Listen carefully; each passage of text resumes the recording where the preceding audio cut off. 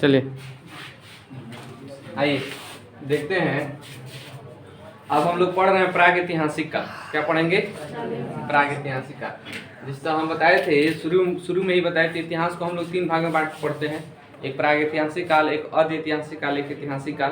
प्रागैतिहासिक काल उसे कहते हैं जो हमें साक्ष्य तो मिला है, समझ गए, लेकिन उसमें ना कोई लिपि है और क्या है, माने न लिपि है न भाषा है, और उसको पढ़ने का जब लिपि है ही नहीं तो पढ़ेंगे कहाँ? तो ना हमको लिपि मिला है ना उसको हम पढ़ पाए। अधैतिहासिक ऐसा काल है जिसका मतलब कुछ लिपि है, लिखित साक्ष्य मिला है, लेकिन हम उसको पढ़ नहीं पाए हैं।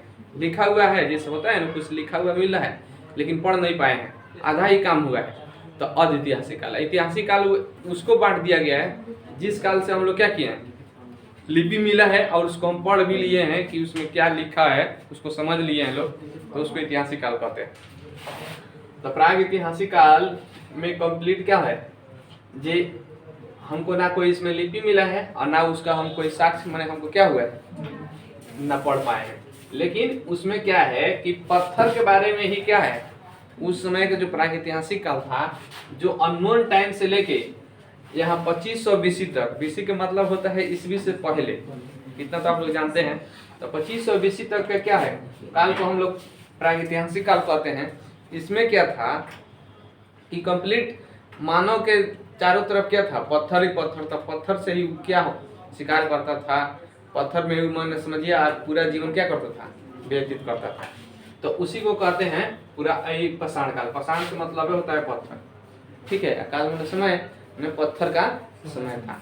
तो कब से कब था, तो समझिए अननोन से, यानी अरबों बरस पहले से। तब पूछता है सबसे लंबा हिस्ट्री का सबसे लंबा काल कौन होता है, यही पाषाण काल होता है। अब देखिए ये अननोन है, यानी अरबों बरस, पृथ्वी आज से नहीं ना है, कितना हजार बरस अरबों अरब पहले से है। तो अरबों बरस से 2500 बीसी तक कितना लॉन्ग टाइम हो गया, समझ गए। तो अब यहाँ से 2500 से अभी 2000 चला है, 2500 इधर 2000 इधर, समझिए कि अभी इसके बाद से हम लोग अभी 4000 के लगभग 4500 के आसपास क्या होता है वर्ष के, माने इतिहास को हम लोग कितना भाग में बांट पढ़ते हैं, लेकिन उधर अरबों बरस तक नहीं रहता है। तो पूछता है इतिहास का ऑप्शन दे देगा कि सबसे बड़ा काल कौन होता है, आपका क्या होगा, पाषाण काल, यही नहीं रहेगा तो प्रागैतिहासिक काल। कोई दिक्कत? इतना तो समझ गए क्यों?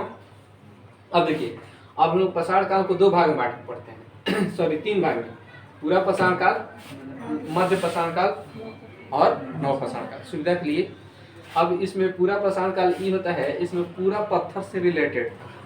मध्य पाषाण काल में कुछ यहाँ क्या हुआ था, कुछ पत्थर था, कुछ जैसे कि थी पशुपालन का साक्ष्य मिलता है, ठीक है।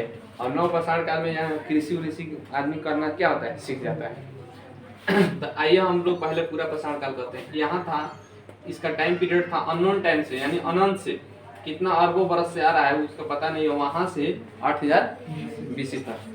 मध्य पाषाण 8000 से 4000 बीसी तक, 4000 से 2500 बीसी तक, क्लियर। अब देखिए इस काल में क्या होता है, मेन रूप से हमको एक कुल्हाड़ी के माने क्या क्या साक्ष्य मिलता है, क्या क्या घटना होती है, हमको साक्ष्य कुछ मिला है। तो उसमें कुल्हाड़ी का साक्ष्य मिला है। तो पूछ देगा कुल्हाड़ी की साक्ष्य किस काल में मिला है, तो आप क्या कहिएगा, पूरा पाषाण काल में। और ये कुल्हाड़ी का साक्ष्य किसके मिला है, पत्थर का मिला है। स्फटिक कहते हैं, पत्थर को पहले वही स्फटिक कहा जाता था। पत्थर का मतलब क्या होता है, तो कहता है स्फटिक का मिला है, स्फटिक का कुल्हाड़ी, तो समझिए कि पत्थर का कुल्हाड़ी मिला है, समझ गए। और इसका साक्ष्य कहाँ से मिला है, पलवरम से। पलवरम कहाँ है, इसकी खोज किसने की थी, रॉबर्ट ब्रूसफुट, समझ गए। इसमें हल्का सा गैस कभी कभी आता है, तो रॉबर्ट ब्रूसफुट। अब देखिए यही कुल्हाड़ी की खोज किए थे, और भारतीय, इसलिए इनको कहा जाता है भारतीय प्रागैतिहासिक पुरातात्विक साक्ष्य का जनक कहा जाता है। देखिए, और भारतीय पुरातात्विक का जनक, तो प्रागैतिहासिक लगा देगा तो रॉबर्ट ब्रूसफुट, और भारतीय पुरातात्विक का जनक कहेगा तो कनिंघम को कहता है। कनिंघम के ही देखरेख में क्या हुआ था, सिंधु घाटी सभ्यता की खोज हुई थी, समझ गए। तो इसलिए वो भी एक पुरातत्व का खोज हुआ था। तो इसलिए प्रागैतिहासिक काल नहीं था, वो अधैतिहासिक काल था, समझ गए। तो अधैतिहासिक काल में आते हैं। अब प्रागैतिहासिक अगर लगा देगा तो रॉबर्ट ब्रूसफुट। यहाँ तक कोई दिक्कत? अब देखिए इस समय इधर हो गया। अब इस समय के लोग क्या काम था इनका, क्या रहते थे, कैसे रहते थे, तो मेन था इन लोगों का पत्थर से ही रिलेटेड था। कभी मान लीजिए सर्दी बरसात जितना रहता था तो पत्थर पे क्या करते थे, किधरों रह जाते थे। और वहीं क्या था कि मेन घूम घूम के शिकार करते थे। इन लोगों को बाकी दुनिया से कोई मतलब नहीं था, बस किसी तरह भोजन मिल गया, किसी जानवर को मार के शिकार कर लिए, क्या कुछ कर लिए, बस उसी से हम जिन लोगों का क्या चलता था, जीवन चलता था। तो शिकार करते थे, अब भोजन उसी का संग्रह करते थे, माने खा पी लेते थे। मनोरंजन करना रहता था, क्या करते थे, शिकार करते थे, इधर उधर ही घूमते रहते थे। क्या करते थे, इधर उधर। इन लोगों का क्या था, इधर उधर घूमना और शिकार करना। क्या था, हाँ। इसी काल में जो पत्थर था, तो पत्थर इसी काल में आग का आविष्कार हुआ था, पूरा पाषाण काल में।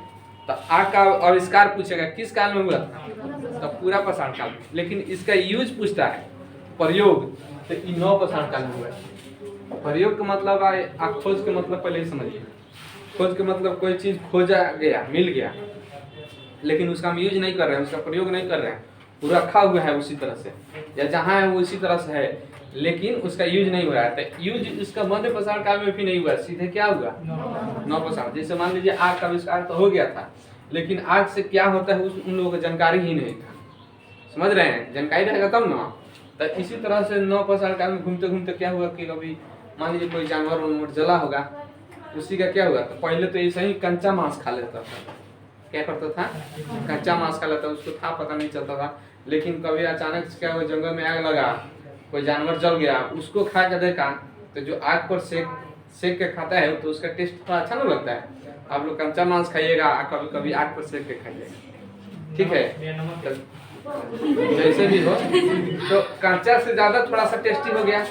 उस समय उन लोगों को नमक कहाँ से पता होगा, क्या वैसे ही धूरा उरा लगा, धूरा तो लगता ही होगा का।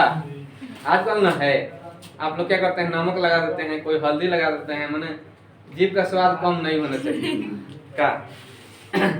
तो उस समय इधर उधर घूमते रहते थे। आग का आविष्कार पूछता है किस काल में हुआ था, पूरा पाषाण काल में। इस समय जो पत्थर के औजार बनता था, ये लोग क्या किए थे, पत्थर ही था, इसके अलावा कुछ था ही नहीं, कोई धातु ना लोहा था, ना तांबा था, ना चांदी था। समझ गए। तो उन लोग क्या किया, जो काम करना रहता था क्या करते थे, पत्थर, तो पत्थर को एक घिस घिस के अपना औजार बनाते थे। तो इस काल में औजार जो बनता था बड़ा बड़ा बनता था। क्या बनता था, बड़ा बड़ा, छोटा नहीं।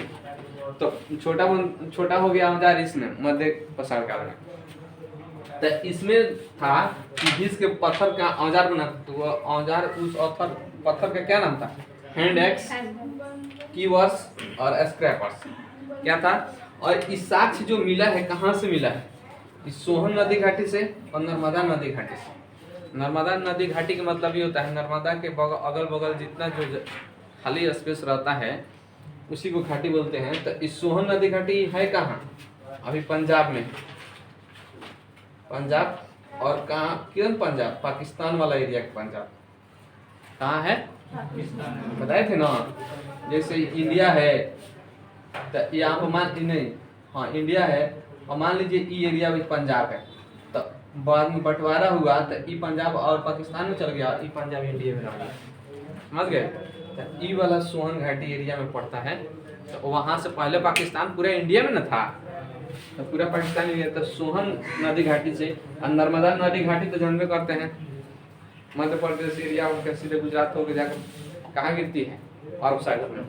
तो उसी नर्मदा नदी घाटी से और यहाँ से, तो ये पूछता है नर्मदा नदी घाटी से प्रथम बार मानव का साक्ष्य मिला, तो किस घाटी से मिला था, नर्मदा नदी घाटी से। अब आइए, ये तो इतना आप लोग सीख गए पूरा पाषाण काल में। मध्य पाषाण काल के बारे में बता देते हैं क्या, चलिए आइए। अब देखिए, अब हम लोग पढ़ते हैं मध्य पाषाण काल के बारे में। मध्य पाषाण काल के बारे में हमको मेन रूप से जानकारी कौन देते हैं, C.L. कार्लाइट। कौन देते हैं, कार्लाइट, जो हमको कब दिए थे, 1857 ईस्वी है। क्या है, ईस्वी। देखिए मध्य पाषाण काल उस काल में कहते हैं, इसमें क्या होता है, जब पूरा पाषाण काल में पूरा क्या था, पत्थर का था, और पत्थर से थोड़ा सा माने पूरा जीवन लोग पत्थर से मतलब लगभग क्या हुआ था, घिरा हुआ था। उससे कुछ आगे बढ़े तो जब क्या किए, कुछ पहले तो पशुओं का शिकार करते थे, अभी क्या किए, इस थोड़ा थोड़ा विकास करते करते गए, पशुओं को आप उसका पालन करने लगे, समझ गए। तो जब वहाँ पशुपालन करने लगे तो उस आधार पे क्या हुआ, यहाँ पे बांट दिया गया। और प्लस में क्या था, पहले जो था पत्थर के जो औजार बनाते थे बहुत बड़ा बड़ा बनाते थे, अब क्या किए, छोटा कर दिए। तो इस छोटा ही को कहते हैं माइक्रोलिथ। तो पूछता है माइक्रोलिथ औजार जो पत्थर के बनता था किस काल में बनता था, मध्य पाषाण। ऐसे याद रखिएगा, म से माइक्रो और म से मध्य, समझ गए। ऐसे कंफ्यूजन हुआ तो यहाँ से क्लियर हो जाएगा, ऑप्शन में पकड़ लीजिएगा। अब देखिए इसमें क्या हुआ था, पशुपालन है, कैसे है, इसका साक्ष्य मिला होगा ना। तो इसका साक्ष्य मिला है, कहाँ से मिला है, अहमदनगर और बागौर। अहमदनगर जो कहाँ है, होशंगाबाद मध्य प्रदेश में, और इसका जो बागौर है ये राजस्थान में है, भीलवाड़ा जिले में, समझ गए। तो यहीं से अहमदनगर और बागौर से हमको मेन रूप से ही पूछता है, अहमदनगर और बागौर से हमको पशुपालन का क्या हुआ है, साक्ष्य मिला है। तो हमको पशुपालन का साक्ष्य कहाँ से मिला है, अहमदनगर और बागौर। तो इसको याद रखना है। उसके बाद से इसी मध्य पाषाण काल में ही हमको मानव अस्थि या कंकाल का साक्ष्य मिला है। क्या, मानव अस्थि या कंकाल, कंकाल या अस्थि वही हुआ, इसका साक्ष्य मिला है। तो कहाँ से मिला है, सराय नहर और मदहा से। कहाँ से मिला है, सराय नहर और मदहा से, और दोनों क्या है, प्रतापगढ़ में है, और प्रतापगढ़ कहाँ है, यूपी में। तो सराय नहर और मदहा, इसको याद रखिएगा, घटना चक्र में भी दिया है, समझ गए। तो आपको क्या है, सराय नहर। देखिए इसमें क्या है, आपको घटना चक्र का भी पूरा क्वेश्चन क्या होगा, मिल जाएगा, एलुसेंट से भी पूरा आपको पकड़ा जाएगा। और अगर आपसे पढ़े हैं, क्राउन पूरा वही है, तो आपको क्या कीजिएगा, अगर अच्छा से पूरा पढ़ लेते हैं तो कहीं से कोई क्वेश्चन क्या होगा, छूटने का चांस नहीं। जिस जो चैप्टर पढ़ा देते हैं उसके बाद उसको पढ़ के देखिएगा, धीरे धीरे आप क्या होगा, इसको इस तरह से पढ़िएगा तो आपको याद भी हो जाएगा। जैसे एक बार समझा दिया, फिर इसको एक बार देख लीजिए, फिर 8 दिन के बाद एक बार देख लीजिए, घूम रहे हैं, खा के टहल रहे हैं, थोड़ा सा देख लीजिए। तो इस तरह से देखिए आप लोगों को क्या होगा, कंप्लीट रिवीजन होते जाएगा। इस तरह से एक दिन में पूरा नहीं हो जाता है, धीरे धीरे क्या होगा। हम लोग की यही कमी है कि हम लोग सोचते हैं एक दिन में पूरा पढ़ लें, नहीं, धीरे धीरे प्रैक्टिस करते ही करते क्या होगा, आपका हो जाएगा। करत करत अभ्यास से जड़मती रुझान, समझ रहे हैं ना, रसरी आवाजात से सिर पर बहुत निशान। तो हम लोग ऐसा नहीं करते, हम सोचते हैं एक दिन में पूरा निशाने हटा दे, पत्थर हटा दे, तो ऐसा नहीं होगा। अब देखिए एक भीमबेटका की गुफा का नाम सुने होइएगा, तो उस पर चित्रकारी मिला है। भीमबेटका की गुफा पर क्या मिला है, चित्रकारी, उसमें गुफा काट काट के चित्रकारी बनाया गया। जो चित्रकारी मिला है ये कहाँ है, भोपाल रायसेन जिला में, समझ गए। कहाँ है, पूछ देता है भोपाल दे या रायसेन दे, भीमबेटका की गुफा क्या है। आइए अब हम लोग पढ़ते हैं 9 पाषाण का, कोई दिक्कत।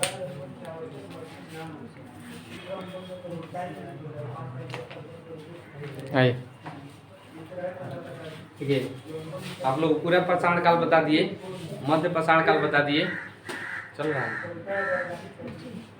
उसके बाद से क्या है, अब आइए देखिए 9 पाषाण काल क्या है, दिक्कत ना है।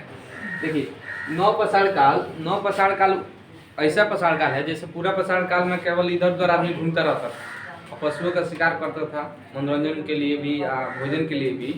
लेकिन धीरे धीरे आगे बढ़ा तो पशुपालन करने लगा, ठीक है। पूरा पाषाण काल में औजार क्या होता था, बहुत बड़ा बड़ा, मध्य पाषाण काल में औजार क्या हो गया, छोटा हो गया। उसी तरह से 9 पाषाण क्या हुआ, अब ये एक ऐसा काल आ गया, धीरे धीरे आदमी विकास करते जाता है। अब ये क्या किया, धीरे धीरे कृषि करना सीख गया, पशु को पालन कर लिया था, और पशु का यूज करके क्या किया, कृषि करना सीख गया।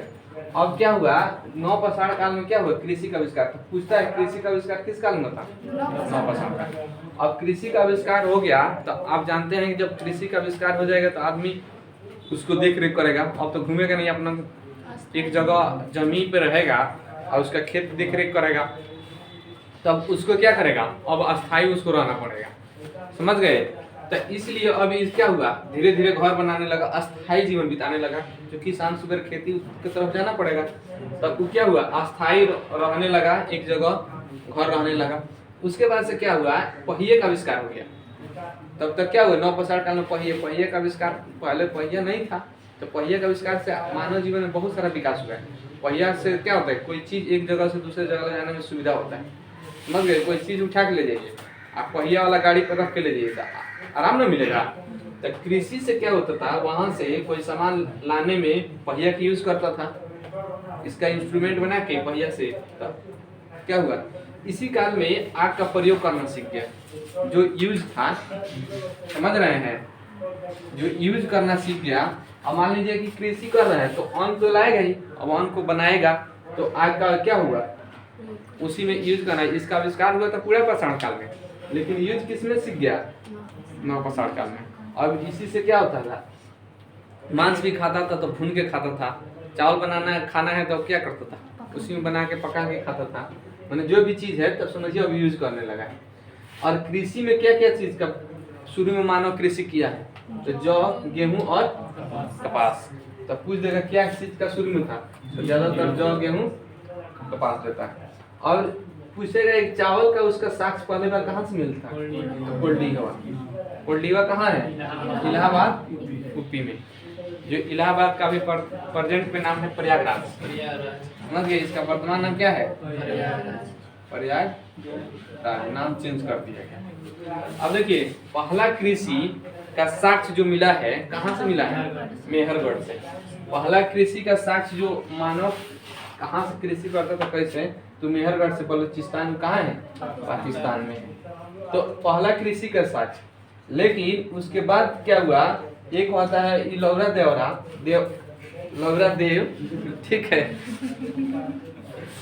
होता क्या है, देखिए यहाँ कहता है कि ये पहला कृषि का साक्ष्य है, तो ये पहला बार आविष्कार हुआ था अभी। लेकिन हाल फिलहाल में एक ई जगह का पता चला है, कि पता चला है इससे भी ये पुराना है, समझ गए। तो कृषि का सबसे पुराना साक्ष्य अभी तक वर्तमान में मिला है, ये कौन है, लौरा देव या देवा, या जो देवरा, जो भी दे ऑप्शन में, ठीक है। अब ननद भौजाई मत खोजने लगिएगा, हाँ जो भी हो। तो सुनिए हम बताते हैं। तो अभी वर्तमान में सबसे पुराना साक्ष्य कृषि का कोई है, ये लौरा देव है। खोज इसका बाद में हुआ है, इसके बाद में, लेकिन ये क्या है, बहुत पुराना है, समझ गए। तो ऑप्शन में अगर क्वेश्चन, जैसे क्वेश्चन पूछा है किस तरह से, कृषि का सबसे पुराना साक्ष्य कहाँ से मिला है, तो लौरा देव से।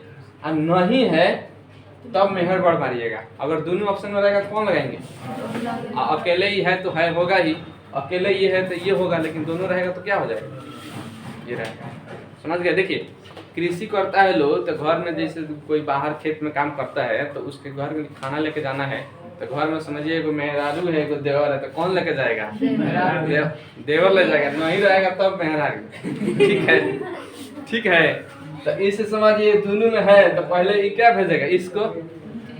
माने ऐसे याद रखना, ऐसा होता नहीं है, माने हमको बार बार कंफ्यूजन हो रहा था, भुला जा रहा था। तो घर में एगो छोटा देवर है, तो पहले यही ना जाएगा, जाएगा कि नहीं, पहले वो समझने के लिए। मान लीजिए वो एगो तो मेन आदमी गया है, काम कर रहा है धूप में, अरे तो उसके घर में वो देवर है, तो यही ना जाएगा, लौरा देवरा होता है, ठीक है। उसके बाद से क्या कीजिए, कि नहीं रहेगा तो उसका मेहर जाएगी, ठीक है। ये हो गया, इसे याद रखिए। तो मेहरगढ़ अस्थायी जीवन वाला बता दिए हैं। देखिए आप लोग जो सोचते हैं ना, कृषि में बहुत मेहनत लगता है, और जितना आराम से आप लोग अभी पढ़ रहे हैं ना, तो इसके आराम के पीछे आपके माता पिता क्या कर रहे हैं, अभी ये धूप में जाकर खेत में धूप में जल रहे होंगे, खून पसीना सुखा के क्या करते हैं, पसीना के माध्यम से बाहर कर देते हैं, और तब जाकर पैसा मिलता है, तब आप लोग क्या करते हैं, पढ़ते हैं, तब पंखे के नीचे बैठ के पढ़ते हैं। तो ये मत समझिए, कृषि में बहुत मेहनत लगता है। जो किसानी किया है वो समझेगा, जो नहीं किया है उसको क्या समझ में आएगा। चलिए कहेगा क्या हल जो देना है का आराम से, हो जाएगा खा लेना, ऐसा बात नहीं है। कमाते कमाते उसको था चल जाता है। चलिए अब देखिए, इसी में नवपाषाण काल में ही मानव क्या हुआ था, जो मानव के दफनाने का जो साक्ष्य मिला है ना, तो इसी में मानव के साथ कुत्ता के भी अस्थि मिला है। क्या मिला है? कुत्ता के अस्थि या कंकाल या अस्थि अस्थिया मिला है। क्या मिला है? अस्थिया। तो पहले क्या था, पहले के जो थे मेन आदमी थे, वो समझते थे जो मर गया है अभी चला गया स्वर्ग लोक में, तो इसके साथ जो दफना देंगे वही चीज वहाँ क्या होगा, उसके साथ चला जाएगा। तो कुत्ता पहले बहुत वफादार होता था, अभी भी कुत्ता वफादार होता है। तो इसीलिए क्या करते थे, आदमी के साथ कुत्ता को भी क्या करते थे, दफना देते थे कि मर गए तो अब तो नहीं आएंगे, कुत्ता इनके साथ साथ स्वर्ग लोक में जाएगा। अब कारीना जा रहा है कि नहीं, तो वहीं खोज हुआ तो पता चला है कि मानव के साथ उसी के बगल में कुत्ते का भी कंकाल मिल रहा है। तो इसी से लोग अंदाज लगाए। तो इसका साक्ष्य कहाँ से मिला है? तो बुर्ज होम और गुफा कराल, ये कहाँ है? जम्मू कश्मीर का। तो इसको याद रखिएगा। अब देखिए, अस्थियों का उपकरण, मैंने अस्थि से भी क्या करते थे, उपकरण में उसका यंत्र वंत्र बनाते थे, समझ गए। बाद में क्या हुआ, आदमी अस्थि का भी बनाने लगा। या अस्थि का उपकरण का साक्ष्य कहाँ मिला है? चिरांद से मिला है। और चिरांद कहाँ है? बिहार में। तो अस्थि इधर है, यहाँ पे है इस साइड, छपरा वाला सीमान में है, कंफर्म नहीं है, लेकिन हमको 90% गेस से उधर होगा। सुनिए, हिरणों का सींग का अधिकतम मात्रा मिला है, समझ गए। हिरण के एगो दूगो सींग नहीं मिला है, बहुत सारा अधिकतम मात्रा में मिला है, तो वो भी चिरांद से मिला है। तो अस्थि का उपकरण और हिरण के सींग का जो अस्थि मिला है कहाँ से मिला है? चिरांद से। इसको याद रखिएगा, मैंने चूंकि बिहार का है, बिहार के एग्जाम के लिए क्या है, इम्पोर्टेंट है। अब ये ताम्र युग जो था वो 3000 BC से 2000 BC तक क्या होता है, इसका खोज हुआ, और इसी के ताम्र युग काल कहा गया। ताम्र युग क्या कहा गया है? ताम्र युग। तो 3000 से 2000 BC तक। ऐसे डेट इम्पोर्टेंट नहीं है, हिस्ट्री में डेट उतना इम्पोर्टेंट नहीं रहता है। नाम जो क्या होता है एग्जाम में, वही क्वेश्चन जो कंफ्यूजन वाला रहता है उसको नहीं पूछता है, समझ गए। जो परफेक्ट रहता है उसी को पूछता है। प्रथम धातु मानव द्वारा क्या खोजा गया था? धातु में अभी तो बहुत सारा धातु हो गए, एल्युमिनियम हो गया, लोहा हो गया है, तांबा हो गया है, लेकिन उसमें सबसे ज्यादा हमको पहले किसका खोज हुआ है? तांबा। तांबा को कॉपर बोलते हैं। और तांबा और टीन मिलाना सीख गए थे लोग, तो तांबा टीन को मिलाते हैं तो कांस्य बोलते हैं। और ये कौन सीखे थे? सिंधु घाटी सभ्यता। सिंधु घाटी सभ्यता को जो पढ़िएगा ना, तो उसमें तांबा का एक कांस्य युग भी कहते हैं, इसलिए कि यहाँ पर तांबा और टीन को लोग क्या किए थे, मिलाना सीख गए थे। अब उसके बाद से एक हो गया तांबे की मूर्तियाँ, तो गंगा यमुना के द्वार में मिलता है। तांबे की मूर्ति किस में मिलते हैं? गंगा यमुना के द्वार में। इस तरह से आपका नवपाषाण काल, मध्य पाषाण काल और पूरा पाषाण काल यानी प्रागैतिहासिक काल खत्म हो गया। अब हम लोग स्टार्ट करेंगे सिंधु घाटी सभ्यता कल से। जय हिंद।